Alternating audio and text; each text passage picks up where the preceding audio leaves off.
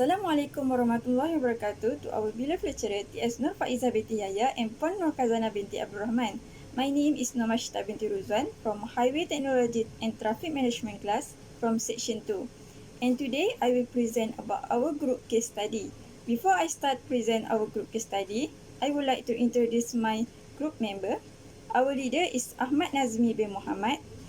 Next is Fadila Diana binti Abdul Samad and last is Muhammad Afiq bin Abdul Rahim. Our title for this case study is Parking Space Constraint in Hospital Sultanah Zahirah, Kuala, Terengganu. Now, I will continue presentation for introduction part. Like we know, parking has long been an issue in government hospitals, especially which are located within urban environments such as Terengganu. Besides that, parking facilities are also expensive and limited space, especially in public hospitals. On the basis of the publication by the Ministry of Health, the total annual visit for outpatient attendance and hospital admission was summed up at 8-digit visit, which obtained all over Malaysia. The main reason why parking issue in government hospital remain unsolved is due to the absence of parking demand as a basis for analysis in infrastructure management. This research attempt to evaluate parking space constraint and supply in Hospital Sultanah Zahirah, Kuala, Terengganu. The provided parking space are also compared to the various parking generation guidelines to evaluate the current parking demand in this hospital to overcome the current parking constraint problem. Hi, my name is Sultanah binti Abdul Samad and today I'll be presenting about the literature review. The first part of the literature review is the principle. Theoretically, mechanical parking garage is not exactly a new technology. Back in the days, the system only needed a lift in the middle of the structure to carry cars up and down the floor. After that, an attendant on that floor will park the car. In this case study, we decided to build a rotary parking system method for the parking space in Hospital Sultanah Zahirah in Terengganu. These systems are chosen after witnessing Jalan Batas Baru rotary car parking system. For the second part is the mechanism. In order to build this rotary car parking system, there are a few apparatus and steps needed to guide us. The first step is a mechanical design and parts. The second step is to choose the materials, which are pallet, sprocket, roller chain, bush bearing, L-shaped connector, square bar, beam rod, power shaft, and frame. The second steps are pallet assembly. The third steps are final mechanical assembly. The fourth steps are electronic design and programming. The fifth, which is the second last, is circuit, and lastly, programming. For the third part is the advantages and disadvantages of the mechanical parking system. Here are a few advantages of the mechanical car parking system. It is easy operation to stop wasting time, effective use of land with a smaller footprint, maximizing technology for parking, short periods of constructions are needed, landscape for more greeneries are maintained, free and environmentally friendly from exhaust emission, and lastly, a cost-effective alternative that facilitates early payback. However, on the other hand, the disadvantages are, during peak hours, there is a risk of a queue forming as the elevator can only process one car at a time, creating a delay.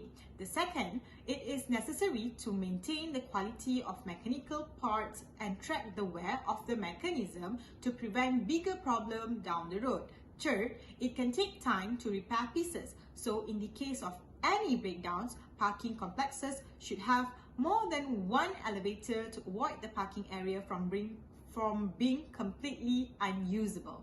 And finally, the final disadvantages are the initial cost of constructing the structure is costly, but it will be cost effective in the long term. That's all from me. Thank you for listening. Assalamualaikum. My name is Ahmad Nazmi Muhammad.